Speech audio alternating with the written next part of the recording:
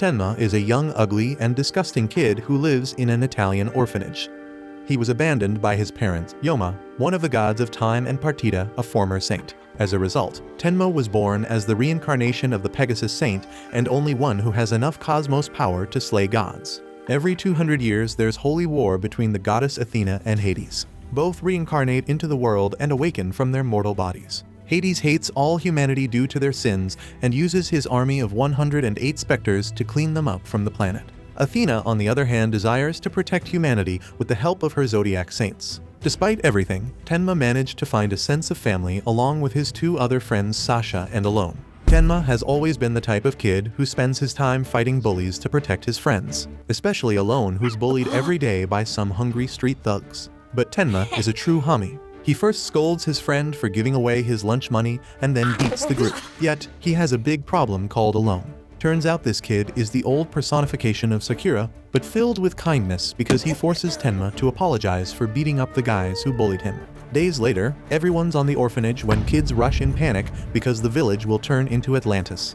The river has overflown due to the heavy rain and they're now in danger. Tenma gets furious because this means the townspeople closed the hill gate that worked as a dam. Alone wants to talk to the townspeople and ask please, but Tenma is against it. He promises he will take care of it and shows a bracelet. He reminds everyone of Sasha, his childhood friend and Alone's sister who was adopted a few years ago. He made her a promise that he would protect everyone until they could reunite again. Tenma heads to the river alone and learns that the mudslide changed the river's flow. He tries to think of what he can do to save everyone and decides to punch the rock.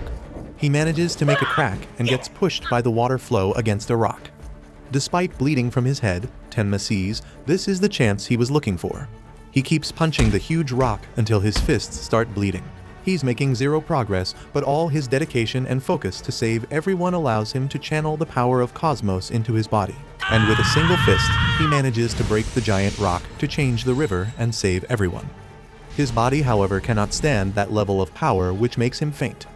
Luckily, he gets saved by Libra, who's one of Athena's saints. Libra tells Tenma he managed to protect everyone and wonders if he wouldn't want to use his strength and passion to help more people. He reveals that Tenma can fight for love and justice of this world if he comes to Greece and becomes a saint of Athena. Tenma accepts it without thinking twice. He believes this is the chance for him to become stronger and protect his family. He stays another day at the orphanage and bids farewell to Alone.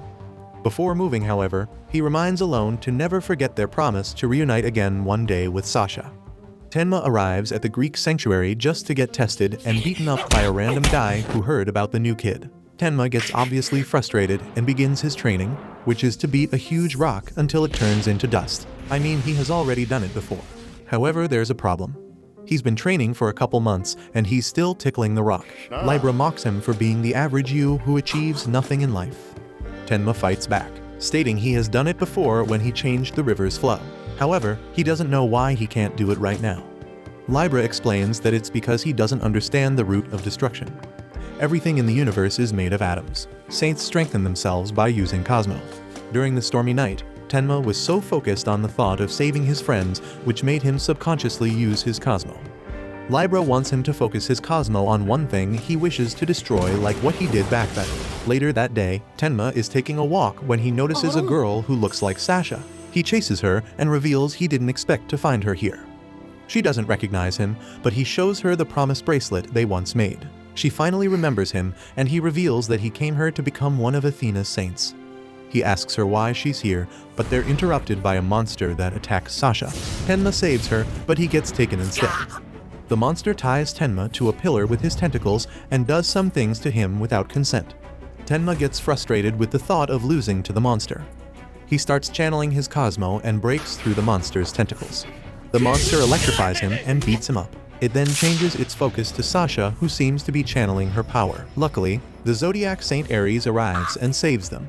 Iris apologizes to Sasha for being late and kneels while calling her goddess Athena. Tenma can't initially believe that Sasha is Athena, but that only motivates him to work hard to be by her side as a saint. He spends the next 2 years training until he gets into a final duel. The winner will become the next Zodiac Knight. Tenma is initially being pushed back, but he refuses to give up. He manages to channel his force and push the other guy against a boulder. Unfortunately, this shakes the column to a point where its top is falling above the random guy. Tenma, however, uses his desire to protect everyone and channels his cosmos to break the column. Tenma is then announced as the winner and gets awarded with his saint armor, being now recognized as the Pegasus Saint. However, he doesn't have time to celebrate because his boss told him to go to Italy and fight the Spectre army. Before leaving, Tenma decides to sneak up into Athena's temple and visit Sasha. They reminisce about their days at the orphanage. They wonder if Alone is safe because they learned that underworld troops called Spectres are gathering near their hometown. They are interrupted when they sense the awakening of Hades and Athena announces the beginning of the Holy War. Tenma gets ready to depart and finds out from Ares and Libra that he and his group will go to the cathedral in Italy where Hades is located. He vows to Sasha that he will protect Alone. After some traveling time, Tenma senses Hades in his hometown and rushes off to investigate. When he arrives, the town is in flames. He worries for the safety of Alone and the townspeople. He goes to check their house and sees blood spilled everyone. A specter attacks him, but Tenma easily blocks it and overpowers it with his Cosmo. He defeats the specter and vows never to forgive Hades. Another specter suddenly attacks Yato, one of Tenma's companions, but it's revealed to be Hades himself. Tenma is shocked because Alone is the reincarnation of Hades. He struggles to understand how his kind-hearted brother could be the reincarnation of a ruthless killer. Tenma gets furious and yells at Alone, asking if he burned the town. He's shocked when Alone calmly responds, saying Tenma kept his promise and returned as a saint. Alone reveals that he also trained hard to improve his painting skills, and he can now use them to save people. Alone shows him the unfinished painting of Tenma from 2 years ago and paints an X on it. Tenma suddenly pukes blood. He tries to reach out to Alone, but he dies. Tenma is carried by Yato, as instructed by Yuzuriha. She informs Yato that Tenma is not completely dead yet. He's taking a guided tour in the underworld. They arrive at Jamir, and she explains this is the to-go place when some saints can still be revived. Alter, the master of Jamir, examines Tenma and notices his flower bracelet. He immediately recognizes it as something made by goddess Athena when she was a child. He explains that the bracelet is keeping Tenma's soul connected to his body. However, the petals on the bracelet start falling, and once they're all gone, Tenma's soul will be dragged completely into the underworld. Meanwhile, Tenma's soul is chained in the underworld. He tries to break free, but he is interrupted by a specter named Fyodor. Tenma realizes he was killed by Alone during the battle. He is informed by Fyodor that one of the underworld leaders is now leading his army towards the sanctuary. He gets furious, but he can't do anything. Tenma meets with Yato and Yuzuriha, who are sent to the underworld to retrieve his soul. Fyodor attacks Yuzuriha from behind with shock waves, but Yato gets in the way to protect her. Tenma warns them that the shock waves will numb their senses, but it's too late. Yuzuriha attacks Fyodor, but she is crushed to the wall with the shock waves. Yato gets strangled by Fyodor, but he successfully lands an attack on him. Tenma couldn't do anything but watch his friends get beaten up. He starts channeling his Cosmo and frees himself from the chains. Tenma gets hit by the shock waves, but it does nothing to him, and he defeats Fyodor with a skill that enables him to use the power of 100 fists. Tenma doesn't really understand what's going on, but Yato explains that Tenma's flower bracelet is keeping him alive. He tells them to hurry up and revive him because the sanctuary is in danger, but Yuzuriha refuses to. She reveals they have another mission to do in the underworld. They must find something crucial to change the Holy War's course. Yuzuriha reveals that they are heading towards the great golden rain tree of the underworld. She explains specters cannot die. The only way they can kill them is by heading to the golden rain tree and steal the artifact. They head towards the exit of the passage and get into a fight with Cerberus, the underworld's watchdog. Yato tries to solo Cerberus, but he calls for backup because he's suffering from chronic skill issue. Tenma focuses his Cosmo into hitting Cerberus 3 heads all at once, and he takes it down. The 3 arrive at the 7th prison. Those who are engaged in corruption, thievery, or fraud fall there. Tenma gets uncomfortable seeing all the human bodies that fell there. He grieves for his best friend who used to love light and colors, but has now fallen into a dark world. Alone suddenly appears and greets Tenma. Tenma quickly notices his hair has turned jet black instead of blonde. Yuzuriha attacks Alone, but he blocks her effortlessly. He gets angry at her for interrupting his moment with Tenma. Alone tells Tenma that his survival even after taking a direct hit from him isn't just a coincidence. He invites Tenma to join him and the specters in bringing darkness to the world. Yato shouts at Tenma, warning him not to listen to Alone. Alone keeps going, saying they should defeat Athena and create true happiness together. Tenma refuses and adds that he's better off smashing Sasher rather than hanging out with the Hamas. Tenma swears to protect the world that Alone once loved. Alone leaves, saying the three of them will reunite again in the sanctuary. The three continue their journey to the Golden Rain Tree. They come across the Great Falls of Blood, where the Golden Rain Tree is said to be at the summit. They start climbing the falls, but Tenma senses something strange about the waterfall. He quickly warns Yato and Yuzuriha about it. However, when he looks back, they've stopped moving, as if time has frozen for them. Virgo appears within the falls and speaks to Tenma. He asks if he's willing to bow before the king again. Tenma is shocked, wondering how a gold saint could be in the underworld. He starts wondering why a gold saint, who's supposed to be on their side, feels like an enemy. Virgo calls Tenma the great sinner of the heavens, but expresses disappointment, saying Tenma is just a little boy. He hints that the truth Tenma seeks might lie with Hades. Tenma realizes Virgo is a traitor and asks Virgo how can he betray Athena. He makes a powerful attack towards Virgo, but Virgo stops his attack with a single word, telling him such weak and emotional attacks won't work on him. He then strikes Tenma, sending him crashing into the bloody falls. Virgo compliments him for surviving and calls him a god killer. Tenma is confused and asks why Virgo calls him a sinner of the heavens and a god killer. Virgo explains that Tenma's fate has been tied to the king of the underworld since the age of myths. He says Tenma's intertwined fate will change the course of the holy war. Virgo points out that incarnations of Pegasus saints have always stood by Athena and are the only humans to have hurt the god of the underworld. But he criticizes Tenma, saying that as the current incarnation of Pegasus, he's clumsy, violent, and emotional. If someone like him is the key to the holy war, Virgo doubts the world will be saved. Tenma ignores Virgo and swears to protect the world and Sasha. He tries to attack Virgo, but Virgo makes him stop mid-air and fills his mind with illusions. He declares that Tenma would not be able to defeat Hades without first defeating him.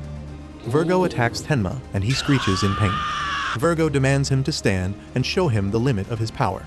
Tenma answers him that as a saint of Athena, he naturally fights for peace. Virgo attacks him again and tells him it's not enough to convince him because he lacks substance. He declares that Tenma's resurrection to the world is pointless and tells him to burn in hell. Virgo casts an attack that sends Tenma's soul to witness the 6 stages of transmigration. Tenma sees hell, where souls pay for their sins. The hungry ghost world, where those driven by greed fall. The beast world, where those led by desires are reincarnated as beasts. The carnage world, where souls must fight enemies endlessly. The human world, a place of suffering and instability. And finally, the diva world, where even gods cannot escape. Virgo recalls how the Pegasus saint has been reincarnated many times to fight alongside Athena. He believes this is why Hades hid his body in the underworld paradise called Elysium. Hades decides that he would take the body of the boy with his age's purest soul to reincarnate into just like Alone. Virgo finally pulls Tenma out of the illusions and tells him there's nothing he can do about his sins now. Tenma blames himself for Hades reincarnating into Alone. Tenma struggles to get back on his feet. He doesn't understand past lives, but he only has one reason: to fight for Alone and Sasha. To him, the promise he made dictates the path he will follow. It doesn't matter how many times he gets reincarnated, because he will always fight for the people important to him. Tenma channels his Cosmo into an attack, but Virgo stops him. Virgo finally understands Tenma's reason, yet he declares Tenma won't even be able to scratch him. However, he expresses interest in the strength of Tenma's soul and declares that he will defeat Tenma with his supreme spirituality. Virgo traps Tenma in a domain of his power which numbs all of his body. Tenma feels like he is disappearing. Virgo explains that his attack is the truth of the universe. Anyone hit with it cannot run or fight, and they lose all 5 senses. He begins to strip Tenma of his senses, which will lead to the extinction of Tenma's soul. Virgo declares that Tenma's reason to fight for his friends and his promise will come to an end. He adds that Sasha's will to protect the world will also fade, and the world will fall into Hades' hands. Virgo then shows Tenma an illusion of him killing Sasha. This vision makes Tenma so mad that he strengthens his Cosmo, and he finally lands an attack on Virgo, causing his domain to shatter. However, Tenma Punch landed on the Golden Rain Tree instead of Virgo. Tenma realizes that his fight was all in his head. Virgo reveals that the Golden Rain Tree is the only living thing in the underworld, and it has responded to Tenma's Cosmo. The tree starts bearing the final fruit, which Alter sought for a long time. He advises Tenma to bring as many fruits as he can to Jamir. Tenma shows Yato and Yuzuriha the Golden Rain berries. Yuzuriha notices that only 1 petal remains in Tenma's bracelet, which means his body is dying. The two carry Tenma on their way to escape the underworld. They exit a passage and meet another specter. The specter blames them for the destruction of the Great Falls of Blood. Yado takes the specter on a fight while Yusuraha returns to the real world with Tenma. Tenma wakes up and he learns he is in Jaimir. He sees Yado's body lying unconscious. Yusuriha informs him that they were attacked on their way out, so Yado stayed behind to fight it. Yado's soul returns to the real world. The specters head over to attack Jaimir after learning that the golden rain berries were stolen. Tenma senses the defeat of the specters and he recognizes Virgo's Cosmo. Virgo appears before him and asks him to take him to Altar. Yusuriha hands the golden rain berries to Altar. The berries counteract the specters' immortality and they're a weapon that seal the specters' spirits. The berries need the most powerful Cosmo in order to be turned into a weapon. The specters in Jaimir come back to life and proceed to attack them. Virgo refuses to fight with them this time because he has to sacrifice his Cosmo for the golden rain berries to work. Before he leaves, he uses his own blood to repair Tenma's Pegasus cloth. Tenma's Pegasus cloth is all renewed. He attacks the incoming specters with an enormous amount of Cosmo. Tenma feels very powerful, but the specters keep coming back to life. Yusuriha and Yado soon arrive to assist him. Tenma's motivation grows, and the three of them team up to take on the specters together. The battle seems endless because the specters are not dying at all. Tenma stops a specter from heading towards Virgo, who is in the middle of meditation. Tenma senses that Virgo might be in danger and rushes to check on him. By the time he arrives, Virgo has already sacrificed all of his Cosmo to seal the specter's soul inside the golden rain berries. Turning the berries into a weapon costs Virgo his life. Tenma grieves over Virgo's death, feeling the weight of his sacrifice. The zodiac saints start to fall one by one, causing Athena's barrier in the sanctuary to weaken. However, the specters face the same fate. They can't revive anymore because the golden rain berries are sealing their souls as soon as they die. The sanctuary's barrier completely shatters when Hades arrives. Tenma gets there just in time to join Athena in facing him. Tenma brings the golden rain berries with him to seal the nearby specter's soul. Tenma praises Sasha for all her hard work in maintaining the sanctuary's barrier on her own. He declares that Virgo gave his life for him, for the golden berries, and for Sasha. He gets furious when he remembers that the reason he is fighting is because of their promise to reunite again. He asks Alone if he can actually kill his little sister, just like how he burned their hometown without remorse. Alone replies that the promise they made is very important to him. However, they are no longer the same person. He then declares he can kill Sasha without remorse. Tenma saves Sasha from getting bitten by Cerberus and kills it. He tries to attack Alone, who stops Tenma from moving. Alone prepares to kill Tenma, but is stopped by a barrier. Athena's talismans flood over the temple and Alone's power is sealed. Pope Sage arrives and Tenma learns that he is one of the survivors from the last holy war 200 years ago. Alone attacks Pope Sage and mocks them for thinking that an ancient talisman that is over 200 years old wouldn't affect him. Pope Sage calls to Sasha and their combined cosmos spread through the temple. Athena's temple vanishes and reappears at the tower where Hades' 108 specters are sealed. Sasha and Pope Sage are determined to seal Hades' soul in the tower and pull it out of Alone's body to end the war. A massive cosmos suddenly descends from the sky. Tenma saves Sasha from being hit. They are Hades' reinforcements. Pandora is the commander of the specters, and she has always been beside Hades. She has always reincarnated as Hades' sister, but this time Athena was the one to do it. Alone declares it is over and decides to return to the castle. Tenma tries to stop Alone from leaving, but Alone's Cosmo easily overpowers him. Alone tells Tenma that neither his words nor his fists can reach him anymore. Before leaving, Alone warns them to hurry back to the sanctuary because he will soon unveil his painting. The painting shows dead humans and saints of Athena. He warns them that when he finishes this painting, he will call it the Lost Canvas and the world will perish. Tenma angrily reminds Alone that bringing death is not the reason why he loved painting. A specter suddenly comes from the shadows and attacks Tenma. Gold Saint Taurus gets in between them and stops the attack. He declares he won't let her get in the way of Tenma because only he can stop Alone. Tenma uses his Cosmo to follow Alone's wagon in the sky. He prepares to launch an attack, but Pandora stops him. She electrocutes him, forcing him to fall from the sky while unconscious. Athena only starts the restoration of the sanctuary 3 days after the last battle. However, Libra thinks that Tenma hasn't been acting like himself. Tenma worries about Sagittarius, who got hit by the arrow Alone redirected. He shares that they met a long time ago and he wants to speak with him, but Sagittarius won't wake up. Libra explains that the attack from Hades hit Sagittarius' soul directly. Tenma gets emotional thinking about the cruel acts Alone is doing. He wonders how a pure guy like Alone could be Hades. Libra shares that Sagittarius told him once about Tenma. He wishes Tenma to continue to think of Alone and moves straight forward. They are interrupted when Taurus asks them for help in clearing the destroyed temple. Tenma gets invited by Taurus to a duel. He easily overpowers Tenma with his Cosmo. Tenma attacks him, but it doesn't get through his tough claw. Taurus compliments his attack right before he smashes him to the ground with his power. Suddenly, bats from a specter start making Tenma and Taurus feel drowsy. Tenma is about to get killed, but Taurus counters the sleep-inducing effect by bursting his own eardrums so he can't hear the bats. Taurus refuses to fall even while taking heavy hits from the specters to protect Tenma. Taurus uses the last of his Cosmo and takes out the 2 specters to keep Tenma safe. When Tenma wakes up, he sees Taurus's lifeless body. He attacks a specter and accuses him of killing Taurus. The specter stops Tenma's attack effortlessly and tells him assassins will keep coming after him. He adds that Pandora is now leading the specters.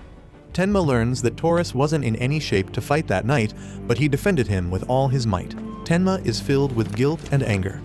He decides to leave the sanctuary and head towards to find Alone. Tenma meets with Gold Saint Cancer on his way. Cancer informs him that Libra and Aries are looking for him. Tenma blames himself for Taurus's death and decides it's better to leave the sanctuary since Pandora's assassins are after him. Cancer tells him that Taurus' death is inevitable because there is a war. He accuses Tenma of running away from the sanctuary because he is also weak. He attacks Tenma as he states that his desertion is punishable by death. He drags Tenma back to the sanctuary. Tenma gets thrown into prison in the sanctuary. He tries breaking the bars, but he can't. He wonders what Alone is doing now that Pandora is leading the specters. He spends the night in the prison, thinking about Alone and wanting to see him. He channels his Cosmo and keeps trying to destroy the steel, but gets nowhere. A piece of the ground suddenly moves, and Yato appears. Yato helps him escape through an underground path. Tenma is greeted by Yuzuriha outside. He mistakes Yuzuriha for a silver saint and gets scared for a second. Yuzuriha reveals that she has become a saint now. Yato shares that Alter instructed them to get Tenma out of the prison. The three head to exit the sanctuary. Tenma tells the two that he wants to go to Hades' castle. They finally escape the sanctuary with Alter's help. Tenma sees Sasha at the end of the passage and swears to keep their promise to reunite someday. The Lost Canvas is a painting that will soon annihilate all life on Earth once it gets finished, which is pretty soon. Tenma, Yato, and Yuzuriha continue their way towards Hades' castle. Tenma nearly falls while climbing the rocks, but Yuzuriha catches him. Yato mocks Tenma for showing signs of exhaustion already, and the two start to fight. Yuzuriha warns them that she will leave them behind if they continue to fight. Tenma remembers Sasha and swears to end the holy war once he arrives at Hades' castle. At the castle, Pandora seals Hades in his altar to make sure he will quickly discard his human heart. Hypnos and Thanatos sense Pandora is up to something, so they warn her that it will not end good for her. Tenma, Yato, and Yuzuriha move closer to Hades' castle. As they leave Tenma's hometown, they come across a forest. Tenma stops and wonders if the forest has always been there since it's his first time seeing it. The three wander through the forest, and they witness hundreds of zombie-like birds. Tenma's flower bracelet gets stolen by one of the birds. He chases it and leaves Yato and Yuzuriha behind. Yuzuriha gets attacked by the birds, and she disappears. Tenma continues to follow the bird that stole his bracelet. He makes sure to leave marks on the trees along the way so he doesn't get lost. The bird soon stops and Tenma is able to retrieve his bracelet. He is prepared to go back, but he notices that the marks he left on the trees have vanished. He checks more trees, but there are no more marks. A girl suddenly calls out to Tenma. He turns around and gets shocked. She's one of his friends from the orphanage. He thought Alone had already killed them. He can't believe they're still alive. The girl hugs him, making Tenma break down. The kids explain how scared they were while the city was burning. This made Tenma feel worse and worse. He apologizes for arriving so late. He's so relieved to see them alive and well to a point where he starts to cry. The girl suddenly bites him. Tenma is shocked. The girl reveals they're now zombies and reveal their true image. She comments on how warm his blood is, saying it's because he's alive, unlike them. Tenma gets furious and tries to convince himself it's just a dream because the kids would never attack him. The kids rush at him and start attacking. He leans against the wall of their old house and hears someone playing an instrument inside. Tenma breaks through the window and sees Nasu, a specter, sitting at an organ. Nasu stops playing and greets Tenma. The kids suddenly regain their consciousness and call out to Tenma, apologizing to him. Nasu starts playing again, and the kids go berserk. One of them wounds Tenma's waist. Tenma demands Nasu release the kids, but Nasu refuses, saying he brought them from the underworld. Tenma puts on his Pegasus claw and prepares to fight Nasu. Nasu commands the children to attack and drink Tenma's blood. Tenma refuses to hurt them and endures their attacks instead. He rushes toward the organ, knowing he has to stop it. He attacks Nasu and the organ, but a barrier blocks him. Nasu shares that he has been tasked to protect the forest and explains that destroying the organ will turn the kids back into lifeless corpses. Tenma notices the kids are crying. Their souls are still untainted despite being controlled. He apologizes to them and burns his Cosmo to shatter the barrier. He strikes harder and destroys the barrier along with the organ. Tenma apologizes again, blaming himself for failing to protect them. He watches as the kids regain their peace and bid him a final farewell. Yuzuriha gets forcibly teleported to another part of the forest. She faces Tokusa, her brother, that has been turned into a zombie by a specter. Yuzuriha remembers the day her brother and parents fell off a cliff in Jamir while traveling to the village. Her family was powerful and she had to give up her dream of becoming a warrior to marry instead. Ares tells her that a disturbing Cosmo has been detected in Jamir. Yuzuriha is surprised to see Tokusa standing at the door. She runs to hug him. She is relieved that her brother is alive. However, Tokusa pushes her away and reveals he's now a specter. He tells her he heard Thanato's voice and accepted his offer of eternal life by killing their parents. Tokusa prepares to attack Yuzuriha, but Ares steps in and blocks him. Ares confirms Tokusa is the source of the disturbing Cosmo in Jamir.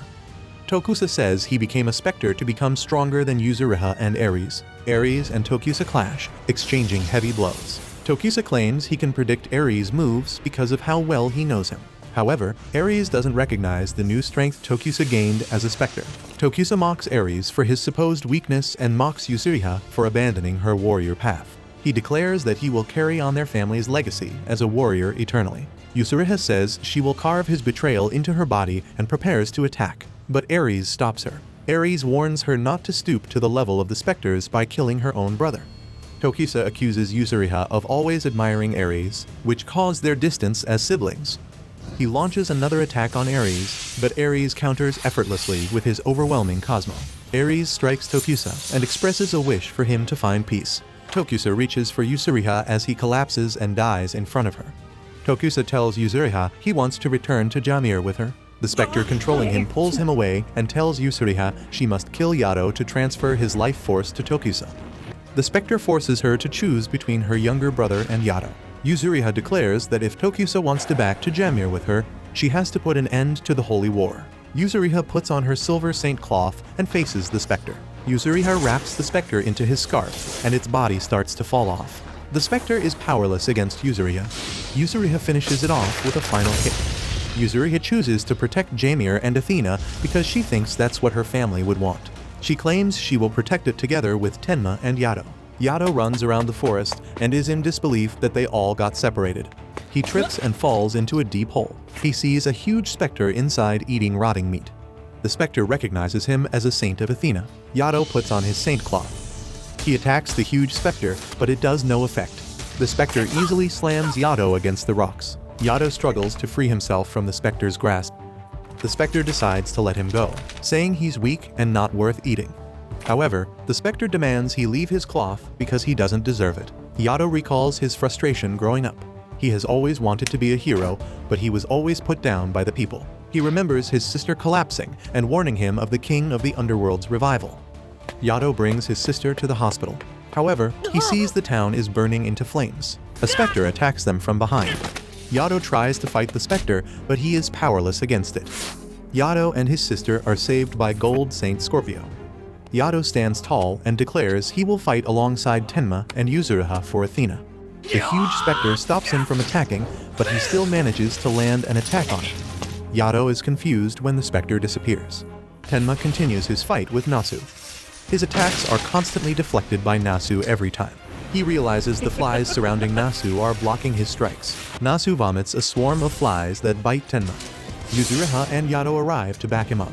Nasu gets furious by their interference and blasts them with his power all at once. Nasu summons a horde of zombies from the ground to kill them. The zombies advance, but they are suddenly wiped out when Cancer arrives and destroys them all. Nasu loses it after Cancer destroys the souls of the zombies. Cancer smirks and introduces himself as their new babysitter. Tenma gets annoyed, saying they don't need babysitting. However, Cancer reveals that it's an order from above. Nasu figures out that Cancer is acting as Tenma's escort and says Cancer smells a bit like one of their allies. Cancer laughs it off and asks if Nasu is trying to flirt with him. Nasu snaps back, declaring he'll fight Cancer himself. Tenma stops him because he wants to take on Nasu, but Cancer ignores him and heads to attack Nasu. Thanatos learns about Cancer's interference in the Forest of Death. Hypnos wonders if Nasu would be enough to defeat the four of them. Thanatos responds that he has given Nasu enough power to defeat them. Nasu summons swarms of flies. The flies are powerful enough to break through the ground. Cancer dodges the flies that are coming towards him. Nasu explains the flies come from a corpse's soul remnants and follow his orders to attack or defend. The flies cover Cancer's whole body. However, his Cosmo is enough to kill all the flies surrounding his body. Cancer engulfs all of Nasu's flies in foxfire. The flies start to vanish with just a snap from Cancer. Nasu freaks out, and he gets furious because his flies are all dead. He decides to attack Cancer aggressively. Cancer dodges and traps him between his legs, letting him savor the sweet smell of his underwear. He squeezes Nasu's body so tight, he starts throwing up blood. He launches the final blow towards Nasu, which makes him collapse. Cancer calls him weak, but Yuzuriha warns that it might not be over. Nasu transforms into a specter. He declares that he has been given rule over the Forest of Death, and Cancer's attacks aren't enough to kill him. He is determined to show the four his power as the ruler of the forest. He starts to make every living thing around him rot. Cancer decides to toss Yato straight at Nasu. Yato couldn't do anything about it, so he just launches an attack. His attack pierces right through Nasu's body, but it does no effect on him. Instead, Nasu makes Yato's cloth rot. Yuzuriha grabs Yato out of Nasu's reach before he can hurt him. The ground starts devouring the four. Cancer orders the three not to rot before the time he comes back. He heads right into Nasu. The rotting stops, and the three wonder if Cancer won. Soon, a lifeless Nasu appears. Yato touches him to check if he's alive, but his dead body collapses. They notice that Cancer is not back yet too. Yuzuriha concludes that they are probably at the gates of underworld. Cancer and Nasu face off in the underworld. Nasu boasts that the underworld gives him the upper hand, but Cancer tells him it's where he'll die. Nasu mocks Cancer for thinking he could defeat him with his foxfire. Cancer unleashes his demon flame, which devours souls to fuel its burn. No matter how immortal Nasu is, he is just a soul in the underworld. The demon flame starts devouring Nasu's soul. Thanatos calls to Nasu through his mind and mocks him for losing to a gold saint. He orders Nasu to take Cancer's life away before his soul burns. Nasu suddenly becomes stronger and decides to take Cancer with him to burn with the demon flames. Athena starts to worry because she felt Cancer's Cosmo waver. Pope Sage tells her not to worry because he has taught Cancer a lot of techniques. Tenma, Yato, and Yuzuriha wait for Cancer. Nasu's body reverts to human form, and the forest stops rotting. Tenma wonders if Cancer won. Yato doubts Cancer will return, but Yuzuriha says Cancer is too strong to die. Yato asks if Yuzuriha knows Cancer. Cancer is the student of Pope Sage. She reveals that they have met a lot of times. Yato wonders who Pope Sage is. Tenma and Yato are shocked to learn that Alter and Pope Sage are brothers. Yuzuriha informs them that Alter is Pope Sage's older twin. Tenma reassures them that if that's the case, there's no need for them to worry about Cancer. The hidden path in the forest starts to appear now that Nasu is dead. The three are almost nearing Hades' castle. Cancer survives and uses the underworld's paths to head to Hades' castle alone. He meets Thanatos and Hypnos. Thanatos realizes only Nasu has died. Cancer looks closely to the twins and confirms that Hades has twin counselors. He asks which of them is Thanatos. He reveals Thanatos is the one he wants to beat up the most. He proceeds to attack Thanatos, but his fist gets stopped by a single chess pawn. Cancer struggles to get his fist past the chess pawn. Hypnos walks away, not giving a care about Thanatos and Cancer's conflict. He hands the responsibility of taking care of Cancer to Thanatos. The chess pawn starts to vanish and Cancer gets blown away. Cancer laughs it off as he declares that he will end Thanatos. He tries going for a punch again, but he gets stopped and blown away once more. Cancer admits Thanatos' power is overwhelming. Thanatos places the knight piece on the chessboard, and suddenly, a night specter appears in front of Cancer. Cancer gets teleported to a domain that looks like a chessboard. The giant chess pieces start to attack him, but he dodges it. He barely manages to stop the knight's spear coming towards him. Cancer's foxfire soon surrounds the chess pieces. He quickly destroys them with his demonic flames. He declares that he will cremate Thanatos along with his soul. Thanatos decides to get serious and he teleports Cancer to the space. The space is a path traveled by gods. But if a mortal such as Cancer enters, they will be torn apart. Cancer is unable to move his body. Thanatos announces his death, but Pope Sage manages to enter the space.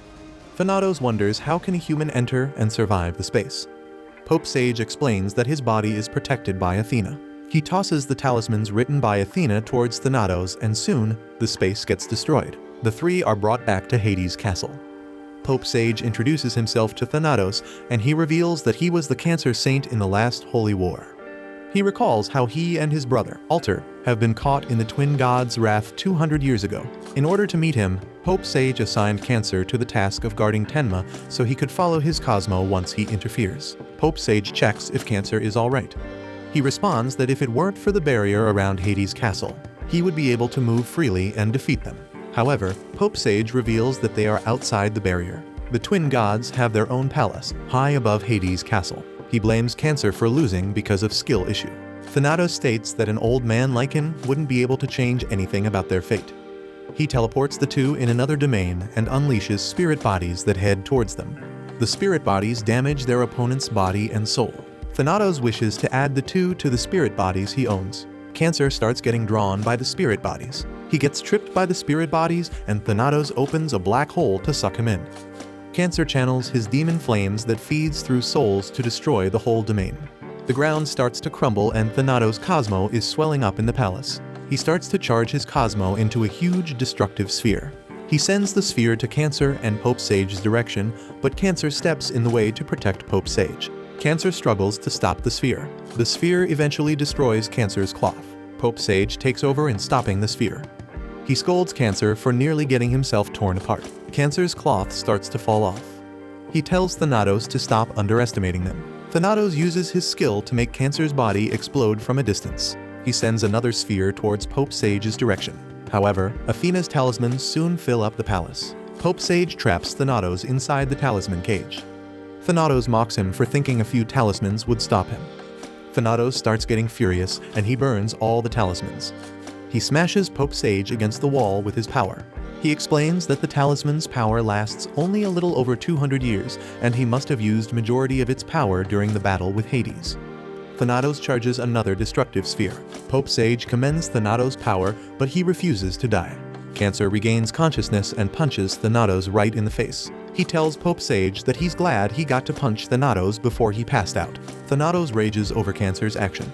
He's done playing games, so he decides to destroy their body and souls entirely. Cancer asks if Pope Sage still got any of the talismans. He used to get them out of there before. However, Pope Sage has no more talismans left. Pope Sage and Cancer recall their past together and refuse to give up. Thanatos is still furious about Cancer raising his hand against him. He attacks them with a huge beam, and they both start to get pulled in by Thanatos' power. Thanatos tells the two that they cannot escape the destiny the gods dictate. He starts off by beating up Cancer. Pope Sage attacks Thanatos with the same technique Alter used to send humans to the underworld. He states that he knows Thanatos' real body is in Elysium and his current body is just a temporary vessel he created. If Pope Sage manages to draw his soul out from the body, his chances of winning will be higher. Pope Sage's attack does not work on Thanatos. Cancer steps in and continues pulling out Thanatos' soul from his body. The two combine their power to take out Thanatos' soul. Cancer takes out Thanatos' temporary vessel and sacrifices himself to return the Cancer cloth to Pope Sage. Thanatos is relieved that there's one enemy left. He shares that he's not bothered by the destruction of his temporary body because he can just create more if he wishes to. He mocks Cancer for dying for nothing. Pope Sage denies, saying because of Cancer, Thanatos is an exposed soul now. Thanatos decides to possess Pope Sage's body. With the Pope's body, Thanatos can now easily enter the sanctuary and take Athena's life with no problems. Thanatos starts to have a problem with gaining compatibility with Pope Sage's body. He can't completely take Pope Sage's body. Pope Sage reveals that he is wearing Alter's cloth. The cloth is imbued with the brother's powers and it can imprison a soul. Thanatos is enraged that the Pope deceived him. He starts hurting the Pope's physical body. Pope Sage voices that he is doing this for the future generations of saints. He decides to offer his life and seal Thanatos inside the holy ark Athena has given him. The holy ark returns to the sanctuary. Alter and Athena realizes Pope Sage has sealed Thanatos inside in exchange for his life. Athena starts to wonder if it was for the best. Alter replies that compared to the damage Thanatos wrought during the last war, it is the best outcome. Pope Sage's most cherished desire is to seal the twin gods' soul. Athena begs for Alter's assistance now that Pope Sage is gone. Alter reassures her, but he tells her that he can't stay around forever. Athena wishes Alter to stay alive during the war. However, all Alter wants is for the young saints to live and create the future. Ares senses something wrong with the Pope's Cosmo and heads to the Pope's chamber to check. He runs into Cancer on the way and immediately notices Cancer looks wounded. Ares asks why Cancer is there since he thought Cancer was supposed to be going after Tenma. He also questions why Cancer is in such bad shape. Cancer doesn't answer directly and instead hands Ares the Pope's mask. He simply tells Ares to handle the rest as his soul starts to fade away. Tenma, Yado, and Yuzuriha continue their way to the castle. Yuzuriha asks if Tenma is worried that something might have happened. Tenma gets distracted when he gets teleported somewhere else and meets Cancer. Cancer apologizes for not being able to babysit him anymore. He bids his last farewell and Tenma realizes Cancer has fallen. He encourages his team to hurry towards Hades' castle. Ares arrives at the Pope's chamber. He finds Alter sitting at the Pope's chair. Alter expresses that Sage must have felt lonely staring at his empty room for 200 years. Ares hands him the former Pope's mask and tells him that it is his turn to carry on Sage's will. Alter takes the Pope's mask but refuses to take on the position. However, he decides to bear the mask until someone from the younger generation takes on the Pope's position. Sagittarius is still unconscious after taking a direct hit from Hades. Athena looks at him with concern and says they can't defeat Hypnos or make it to Hades' castle without his power. An energy portal suddenly appears in the room. The Spectre identifies himself as Iceless, one of the 4 gods that serve Hypnos. He notices Sagittarius and declares that he will take his soul. Iceless steps out of the energy portal and starts biting into Sagittarius' soul. Capricorn tries to stop him, but he's too late. Sagittarius has now lost his soul to Iceless. Capricorn pleads Athena to let him rescue Sagittarius. They are originally tasked with investigating Hypnos. Sagittarius learns of the 4 gods serving Hypnos, and he has information about the dream world they rule. Hypnos worries about this, so he sent Iceless to lock Sagittarius' soul in the dream world. If the underworld exists to punish mortals, then the dream world is a special prison in the underworld. The land is ruled by gods, and no one can enter nor leave. The souls prisoned in the dream world sleep forever, and they are unable to reincarnate. Capricorn promises to defeat all 4 gods and rescue Sagittarius. He orders the saints in the sanctuary to protect Athena in his absence. Ares and Libra sense the strange Cosmo in the sanctuary. They learn that Sagittarius' soul has been stolen. Athena informs the two that she already sent Capricorn to retrieve Sagittarius' soul. Capricorn heads to the forest by himself. He senses a strong Cosmo of a beast. He recalls how Sagittarius always had a gentle heart. Sagittarius still blames himself for taking young Athena away from her friends to bring her to the sanctuary. Capricorn swears to find Iceless and bring back Sagittarius. Capricorn steps on the ground, it starts to crumble. A group of specters surface and face him. Capricorn beats the specters with a single strike. Another giant specter surfaces from the ground and fights him. The specter rolls over towards Capricorn, but he quickly tears him in half. The same energy portal appears behind Capricorn and Iceless steps out of it. He tells Capricorn that it's too late because Sagittarius' soul is locked away deep in Dream World. Capricorn answers that he'll just bust in the Dream World and use Iceless to show him the way. The 3 other gods that serve Hypnos appear. They scold Iceless for failing and being followed by Capricorn. Capricorn realizes that the 4 gods named Oneros, Iceless, Phantasos, and Morpheus are now in front of him. These gods rule over the dream world. Morpheus asks him if he is willing to fight the gods of dream. Capricorn states that he came all the way to fight them. He attacks Iceless, but a screen appears before Iceless that deflects his attacks. He tries to attack once again, but Iceless deflects the attack back, making Capricorn lose his right arm. Athena stares at a lifeless Sagittarius. Alter arrives and reassures her that Capricorn will be able to retrieve Sagittarius' soul because he has the power to defeat the 4 gods. Capricorn wonders how could he have lost his right arm with his own attack. Iceless explains that he can warp space. He binds the space where Capricorn's attack was headed to the space directly by his side. Capricorn warns him not to underestimate him just because he lost one arm. He proceeds to attack Iceless, but he teleports behind him and smashes him to the ground. Oneros tells Iceless and Phantasos that they must return to their mission. Their next mission is to capture Tenma and send him to the dream world. Tenma has a deep connection to Hades, that's why his forces work hard to keep him away. If Tenma gets sealed in the dream world, the Pegasus Saint cannot be reborn. Tenma, Yato, and Yuzuriha get closer to the castle. Tenma senses something strange and familiar in the forest. Yato and Yuzuriha eventually loses Tenma because of the fog. Tenma sees his hometown at the end of the forest. He wonders if it could be the enemy's illusion because his hometown was already destroyed by Hades. He sees Sasha and alone under a tree. He notices his clothes have gone back to normal. Sasha runs towards him and asks if he got into trouble.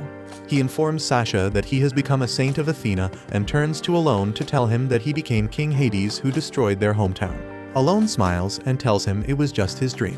Tenma is unconscious under the hands of the three gods. They finish their mission when Tenma's body entered the dream world. Juaneros asks Iceless if Morpheus has gone back to his post. He confirms, saying Morpheus is now back at Morphia. Morphia is the place in the dream world where the souls of heroes and kings rest. Juaneros opens the gate to the dream world. He wonders if a physical body has ever passed through the gate. Yato and Yuzuriha struggle to find where Tenma has gone. Yuzuriha notices a presence and warns Yato about it. Phantasos appear behind Yato, and he gets flustered when he sees it's a girl. Yuzuriha steps in and informs Yato that Phantasos' Cosmo far surpasses a normal specter. Yuzuriha attacks Phantasos with her scarf, but she dodges every one of it. She catches Yuzuriha's scarf and uses it to get close to her. Phantasos teleports the two into her domain where they are unable to move. She takes their souls and brings it to the dream world. Yuzuriha relives her life with his brother, Tokusa, in her dreams. Yato succeeds in saving Athena in his. A powerful strike rifts through the dream world. Capricorn enters the space with his sword. He explains that the gold cloth she took from him enabled him to enter the space. Phantasos realizes he used resonance with the gold cloth to break into the dream world. The cloth's voice crosses even the dream world's barriers. Phantasos informs him that they are in Fantasy, a place in the dream world that rules over the dreams of men. She teleports him in the same domain where Capricorn is unable to move. Capricorn is surprised when his Cosmo gets nullified. Phantasos appears right in front of him and takes his soul. Phantasos checks Capricorn's dreams, but she finds nothing aside from his sword. Capricorn's ultimate dream is to make of his fist his ultimate blade. The blade strikes right through Phantasos and her body starts to fall off. Capricorn's soul returns and he wakes up. Phantasos attacks Capricorn, but he blocks. She strikes repeatedly, but is stopped every time. Capricorn attacks Phantasos with his fist and she dies. Tenma's dream shatters and he teleports somewhere else. He sees Sagittarius' soul tied up on a tree. He recognizes him as the one who took Sasha when they were younger. Tenma quickly realizes that everything wasn't a dream. Sagittarius vanishes and Tenma refuses to let it be a dream because he remembers he is the Pegasus Saint. Capricorn moves to Phobia, where he encounters Iceless once again. Iceless rules the Phobia in the dream world. He believes it's the best place to end Capricorn. He learns that the arm he took from Capricorn serves only as a sheath for his energy blade. Capricorn ignores Iceless and attacks him. However, he forgets that Iceless can manipulate the space. Iceless deflects his attack and makes it reappear below him. Capricorn's legs get torn by his own attack. He decides to hit Iceless up close where he can't use his space manipulation power. Iceless uses his power to block the attack instead of deflecting it to other directions. Iceless disappears and Capricorn tries to think where he will appear. Iceless appears behind him and quickly surrounds him with his power. Capricorn cannot sense Iceless' presence at all. He connects the space to another and hides there. Morpheus senses that Tenma has woken up from his dream due to Capricorn's Cosmo. Although he has woken up, his physical body is still in Morphia, which means he will never awaken. Tenma decides he has to hurry because Yato and Yuzuriha are waiting for him. However, he doesn't know how to get out of the dream. Another Tenma appears before him, but he is wounded. His other self warns him that if he goes back to reality, his hometown and his friends will all be gone. His other self is tired of feeling guilty and pretending he doesn't feel it. Tenma asks if he is an enemy. However, he responds that he is his true self, the fruits of what he really thinks. He pleads the real Tenma to stay in the dream with him because he knows Tenma has already given up on the idea that the three of them will be reunited when the fight ends. Tenma admits that he can't do anything about the war and many has died fighting. He tells him he can't stay there because he has to fight. He gains motivation after realizing he still can't give up on the promise the three of them made. Tenma puts on his Pegasus Saint cloth and channels his Cosmo. He attacks his other self until it vanishes. Soon, the barrier in his dreams shatter. Tenma wakes up and faces Morpheus. Morpheus tells Tenma that he seemed to be at peace before with Athena and Hades. Tenma lashes at him for taking a look at his heart. He attacks Morpheus, but he cancels it with just a single hand. Morpheus mocks him for being so weak because he fights like a pampered princess. He declares that he isn't worthy of resting with the heroes in Morphia, so he will destroy his body. Capricorn continues his battle with Iceless. However, he is incapable of predicting his attacks because he keeps on hiding. Capricorn forces himself to see beyond the room in order to predict Iceless. He sees through him and manages to land an attack. Iceless wonders if it was just luck. Capricorn attacks once more, this time fully predicting Iceless' location. He finishes Iceless with a slash on his neck. Tenma is defeated by Morpheus. He finds himself bound by Poppy's flowers of the dream world. The plants will steal any emotion Tenma expresses, and their flowers will bloom. Soon, when Tenma becomes nothing but an empty shell, Morpheus plans to put him back to a Morphia dream. Tenma gets enraged when he thinks of being put in the Morphia dream again. Morpheus calls out that because he's being emotional, he will lose one emotion.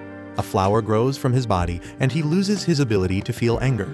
His body can't burn Cosmo anymore. Morpheus tells him not to worry if he's feeling scared because it will vanish soon, along with all of his emotions. Tenma loses strength, and he feels like nothing matters anymore. He starts to see images of Alone, Sasha, and the dead saints. The poppies start blooming endlessly, but they are all white.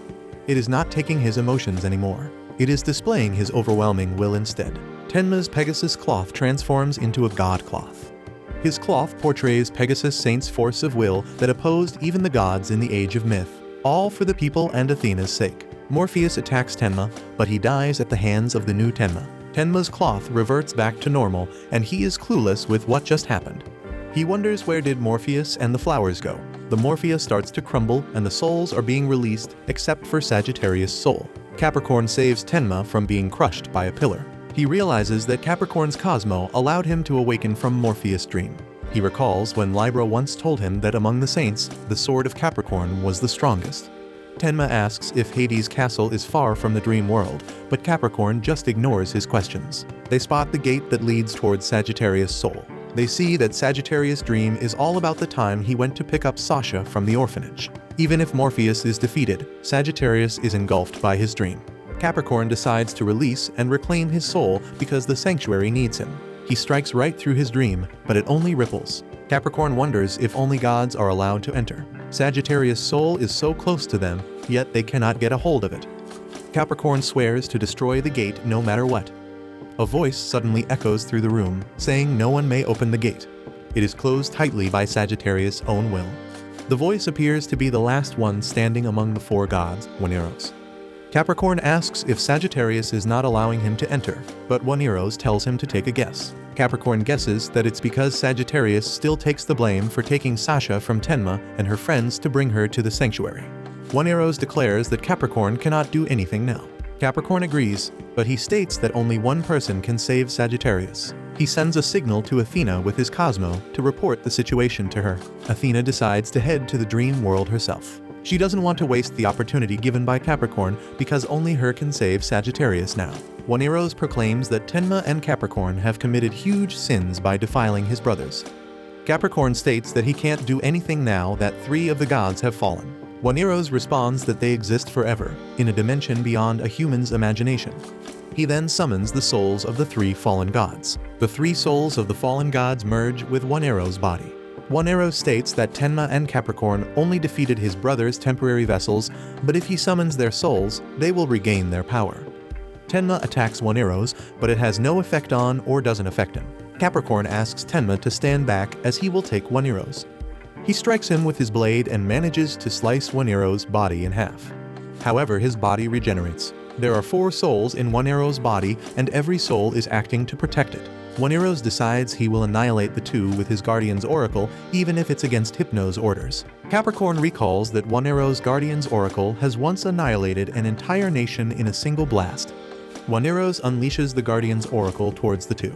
He decides to leave thinking the two have already been decimated by his power. To his surprise, Tenma and Capricorn survived through the help of Athena's staff. Athena herself has descended in the dream world to help in recovering Sagittarius' soul. Capricorn apologizes for not being able to complete his mission, but Athena recognizes his efforts. She states that their battles have created an opening into the dream world. Athena swiftly enters the gate where Sagittarius is imprisoned. Oneros tells them Athena's arrival only makes things easier for him since he can destroy them all at once. He charges another Guardian's oracle and Capricorn gets ready to counter it. Capricorn strikes with his blade until a rift gets created and surrounds Oneros. He plans on forcing him out of the dream world using the rift since fighting in the same place as Athena will endanger her. Tenma joins Capricorn in forcing Oneros out. They successfully shatter the barriers in the dream world and return to the reality. Oneros realizes that the two are buying time for Athena to rescue Sagittarius. He mocks them for thinking they'd win just by kicking him outside. Another batch of saints arrive to join Tenma and Capricorn. Oneros charges his Guardian's oracle, but the saints refuse to run away. The three saints merge their attack towards Oneros. But it's only a soft breeze to him. He unleashes the Guardian's oracle towards the three, which annihilates them. They try to call for Capricorn's help, but it's too late. Capricorn checks on them and grieves that he couldn't protect them. The saints respond that they are already satisfied to fight alongside him. The saints die in the hands of Capricorn. Tenma charges at Oneros, but he can't even get near him. Capricorn saves him for being hit by Oneros' attacks. Tenma notices that Capricorn is deeply enraged by the death of his students. He tells Tenma that their next attack will decide the battle. He explains that Oneros' regenerative and offensive power are derived from the four gods' souls. He plans to discover the locations of each of the four gods and separate them. However, he will need Tenma's help in making an opening. He instructs Tenma to attack with all his might once he signals. Oneros charges another Guardian's oracle. Capricorn stops his attack and heads towards him. Tenma exchanges with Capricorn and stops his attack, while Capricorn locates the other three souls to separate them. Tenma and Capricorn are teleported in space as they watch the three souls regenerate slowly. Oneros notices that Capricorn is nearly out of power because his body is already losing a lot of blood. Tenma steps in and refuses to end the battle. He attacks Oneros, but he is stopped with a single hand. Tenma stands back up and gives it another try. He struggles to block Oneros' attack, but he pushes through. He finds Yado and Usuriha fighting alongside him. Usuriha asks if Oneros was the one who destroyed the forest. Tenma explains that Capricorn already tore his body apart, so he can't concentrate enough with his attack. He explains Capricorn's plan to them. The three synchronize their attacks, which puts Oneros in a hard time to defend himself. A blast strikes the three of them and Oneros isn't wounded at all. Oneros' body is almost done regenerating, and he is preparing another Guardian's oracle. Athena takes a look at Sagittarius' dream. She concludes that Sagittarius is still grieving over the day he took Sasha from her friends. On that day, he asks Sasha to go to the sanctuary with them in preparation for the Holy War. Sagittarius still feels bad that he had to take away Sasha's happy life because the land is at risk. An evil Sasha tells Sagittarius in his dreams that he's the cause of the Holy War. Sagittarius' guilt eats him up, and he gets shot by an arrow on his chest. Athena sees Sagittarius' body is starting to be covered with surplus. Sagittarius is slowly losing himself and is about to become a specter. He wakes up and attacks Athena, saying she should forget about him. Sagittarius faces Athena and tells her he was the one who caused the Holy War. He feels like he doesn't have the right to be a saint. Sagittarius starts to reject himself and Athena. Athena tries to reassure him, saying it's not his fault the Holy War began. Sagittarius refuses to say anything more as he points his bow towards Athena. Athena recalls how Sagittarius was always filled with gentleness and righteousness. However, if he has fallen into darkness, Athena prepares to defend herself as the goddess of war. She encourages Sagittarius to let his arrow fly towards her. Sagittarius attacks her with his arrow, and she willingly accepts it. She's glad she gets to share some of Sagittarius' pain. Sagittarius feels the guilt for wounding Athena. He declares he can no longer be a saint. Athena embraces Sagittarius as she tells her that her birth itself was the omen of the Holy War. The evil has already been awakened, and the twin gods have begun their move. She tells Sagittarius that he protected her because if it wasn't for him, she would have been killed as a child. Through Athena's words, Sagittarius starts to regain his saint cloth. He vows down to protect Athena at the cost of his own life. Athena's soul returns to the sanctuary along with Sagittarius' soul. Yado asks Tenma if Capricorn is still alive because he senses no Cosmo from him. Tenma tells him to worry about himself because Capricorn is fine. The three decide to synchronize their attacks once again. However, even with their powers combined, they can't hit Oneros. Instead, Oneros blasts all of them with a single strike. Sagittarius and Athena combine their powers and launch an arrow at Oneros. Oneros starts to feel the Cosmo heading towards him and wonders if it's from Athena. Capricorn stands back up, and he feels more strengthened after sensing Sagittarius' Cosmo. He amplifies the incoming arrow and cuts it in 4 with his blade. The arrows hit Oneros right in the 4 locations of their souls. Oneros' body explodes, but he launches a final attack toward Tenma. Capricorn steps in to block the attack and cut through Oneros' soul. Capricorn dies trying to protect Tenma and Athena. Sagittarius prepares to take down Hypno's barrier of sleep around the castle. The barrier casts all who cross it into a slumber. It has been preventing Athena's forces from advancing. Alter, who has temporarily taken the position of the Pope, informs the saints that the time of the final battle against Hades' forces is upon them. The castle's barrier has been broken by Sagittarius, leaving the enemy castle exposed. Alter announces the beginning of the final battle. Hypnos heads to the dream world where Hades is imprisoned. He finds him finishing his painting of the lost canvas. Hypnos praises the thought of humans being able to create a beautiful painting and have murder one another without hesitation. Hades responds that he has abandoned his humanity long ago, and he was reborn as King Hades. He wishes a world filled with death and salvation, without starvation, illness, or poverty. Hypnos admires his dedication to his task. However, he deems alone for calling himself Hades and acting like him, all while still being a man himself. He calls it one of the foulest deeds that cannot be forgiven. Hades challenges him to a duel, but Hypnos admits even he cannot match his power. Hypnos confesses that he purposely brought Tenma close to him to put a huge strain on his soul. He declares that Hades' human soul is at its limits. Hades is enraged, but Hypnos casts a huge spell that makes Hades fall asleep. Hades' soul surfaces, and he swears to defeat Athena's army and end the holy war. He plans to paint the world with ultimate darkness.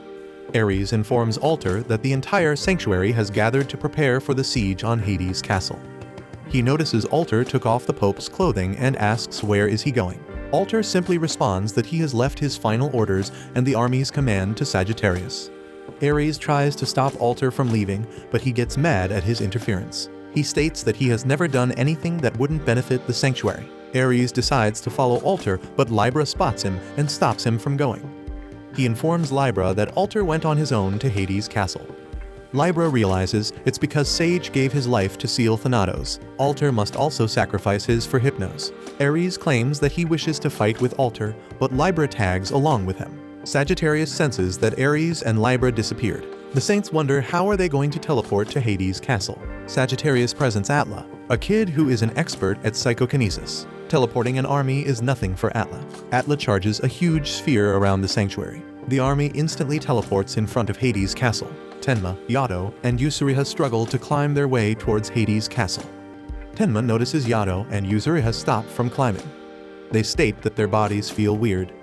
The two loses consciousness and fall. Tenma grabs both of their arms to save them from falling.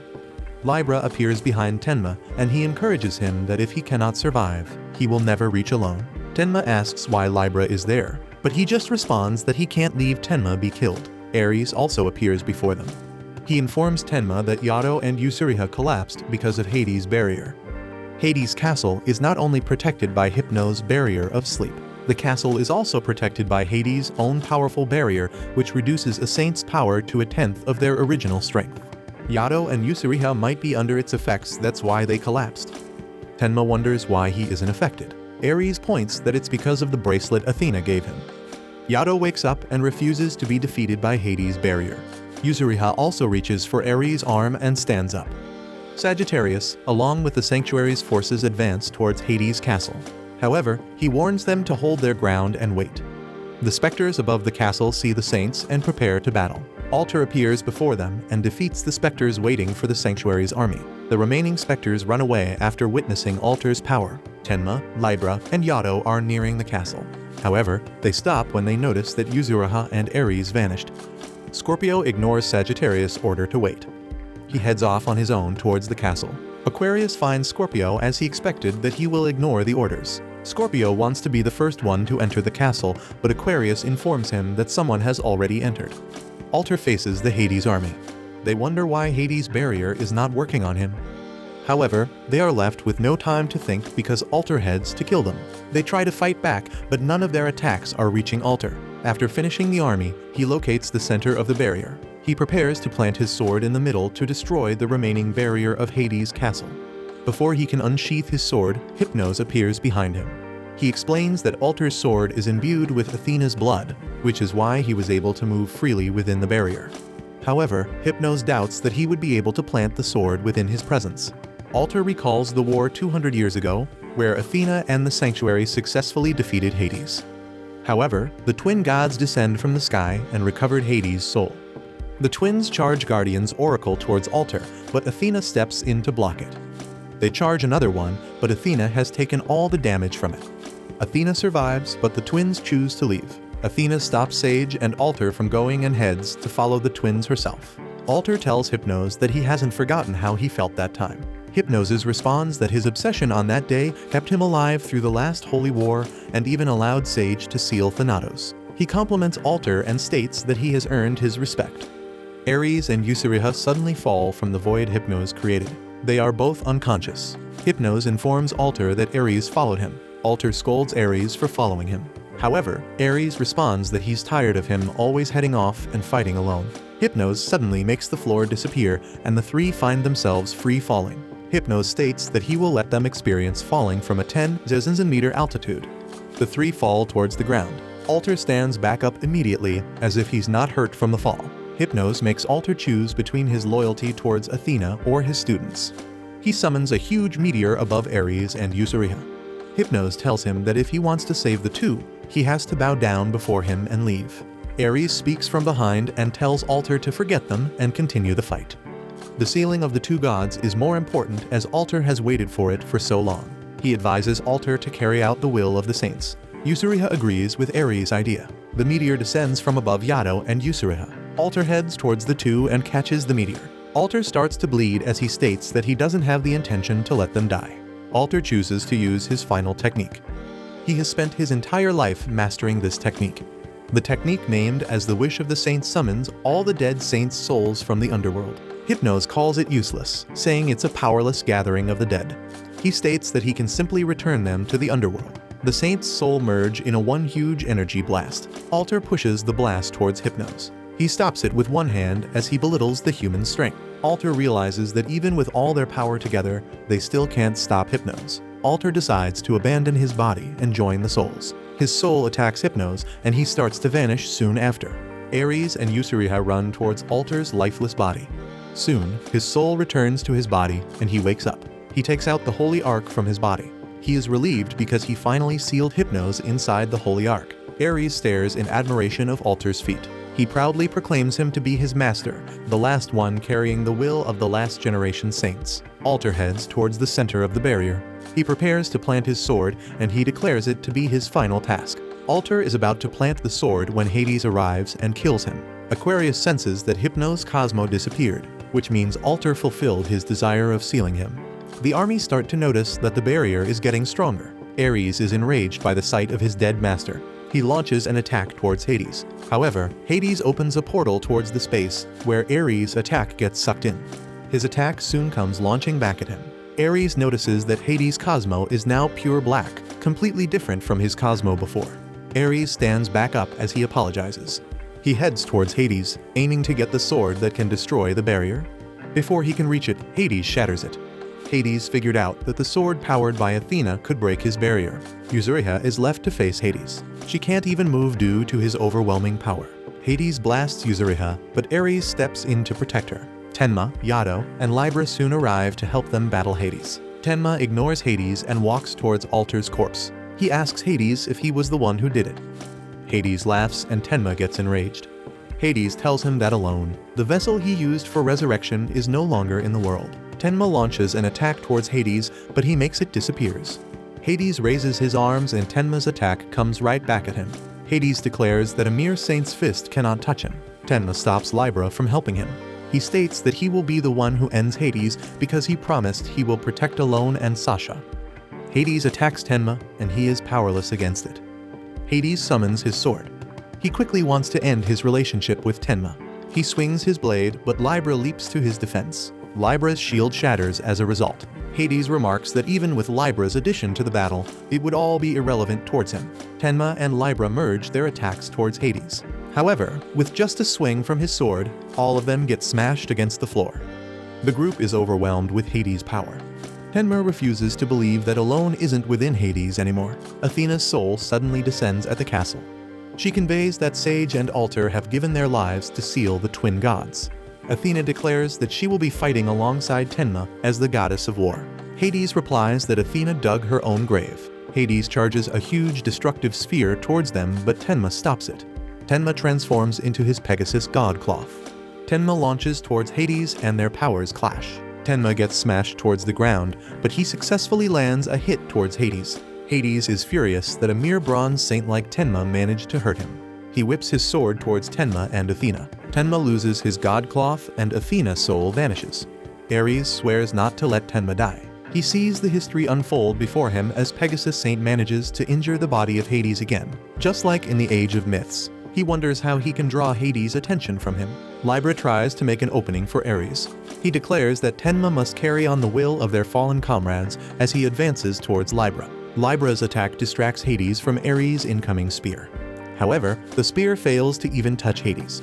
Libra exclaims that it was just the opening they needed. Ares grabs Tenma, Yato, and Yuzuriha to make an escape, while Libra is left behind to fight Hades. Libra reminisces his days with Tenma as he launches towards Hades. Tenma and Ares notice a huge blast outside the castle, and they immediately realize that Libra has fallen. Hades stares at Libra's corpse as he notes that he just acted as a decoy to make an escape route for Tenma. Hades' castle starts to fall apart. The skies are starting to be covered by the lost canvas painting. A huge staircase appears and Hades makes his way towards it. Pandora bows down and informs him that his new castle has been established. Athena welcomes the return of Tenma, Ares, Yato, and Yuzuriha. Ares apologizes for letting a lot of their comrades die. Tenma enrages as he remembers the death of his comrades. He swears to get stronger and defeat Hades. Watch this next video. See you on the next one.